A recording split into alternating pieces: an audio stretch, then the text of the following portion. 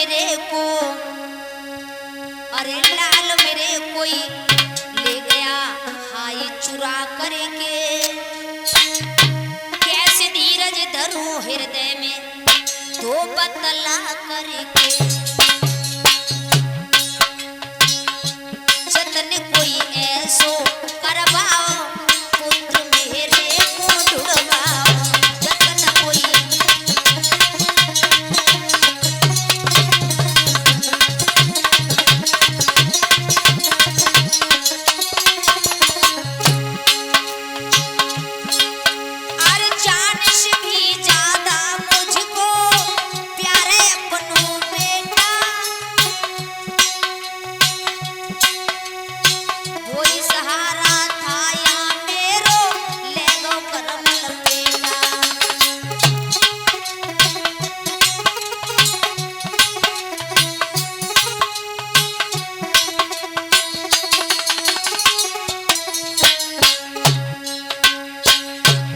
जवाब दियो है नाथ, वो एक इशारा था उसे भी कोई ले गया।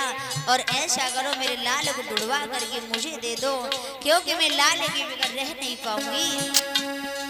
मेरे दिल को टुकड़ा मेरे नैनन तारा रखती पलकों की ठाकर के। अरे जत जतन करावो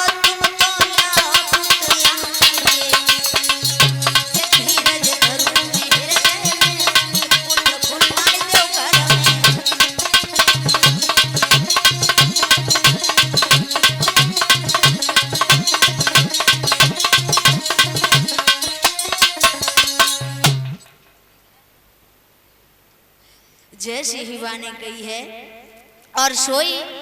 और इधर प्रद्युम्न ने सुना तो उन्हें चैन नहीं पड़ा और अपने मंत्रियों को भेज दिया, पर कहीं नहीं मिले हैं। पता किया, नारद ने आकर बताया तो उन्हें बर्दाश्त नहीं हुआ। भगवान कन्हैया 12 छोड़ी सेना लेकर के और बाणासुर के पास पहुंचे, युद्ध करने लगे हैं। और इधर वो शंकर भगवान के पास पहुंचा। शंकर भगवान ने भी आकर के युद्ध किया है। तो इधर शंकर भगवान युद्ध लड़ रहे हैं बाणासुर की तरफ से और अनिरुद्ध की तरफ से भगवान कन्हैया लड़ रहे हैं। आखिर में हरा दिया है। तो इधर उसने अपनी गांव की देवी को याद किया है बाणासुर ने। और बाणासुर ने याद किया कि अब ऐसे नहीं मानने वाले ही, ये हमें मार देंगे। जवाब दियो भगवान कन्हैया ने कहा, बाणासुर तुझे मैं मार देता, लेकिन पहला तुमको मैं वचन दे चुका हूं कि तुम्हारे परिवार में मैं किसी को मारूंगा नहीं, तुम्हारे वंश में किसी को मारूंगा नहीं, इसलिए आपको मार नहीं सकता हूं।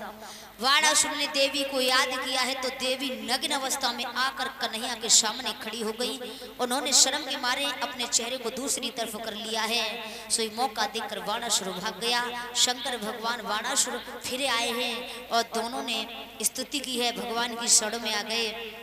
छोड़ दिया श्याम सुंदर ने और बाणासुर ने उषा का विवाह निर्विवाद अनिरुद्ध के साथ कर दिया। और विवाह करने के बाद द्वारिका के लिए विदा कर दिया। बोली गोविंद भगवान की। इस तरह से उषा अनिरुद्ध का विवाह हुआ। समय के अनुसार ज्यादा विस्तार में नहीं सुना सकते। इस तरह से भगवान कन्हैया इधर रहने लगे हैं द्वारका में। जब द्वारका में रहने लगे हैं 56 यादवों के साथ में 56 करोड़ यादव हो गए। प्रत्येक रानी से एक एक लड़की 10-10 लड़का हुए थे। और इधर सुदामा पर गरीबी आने लगी है।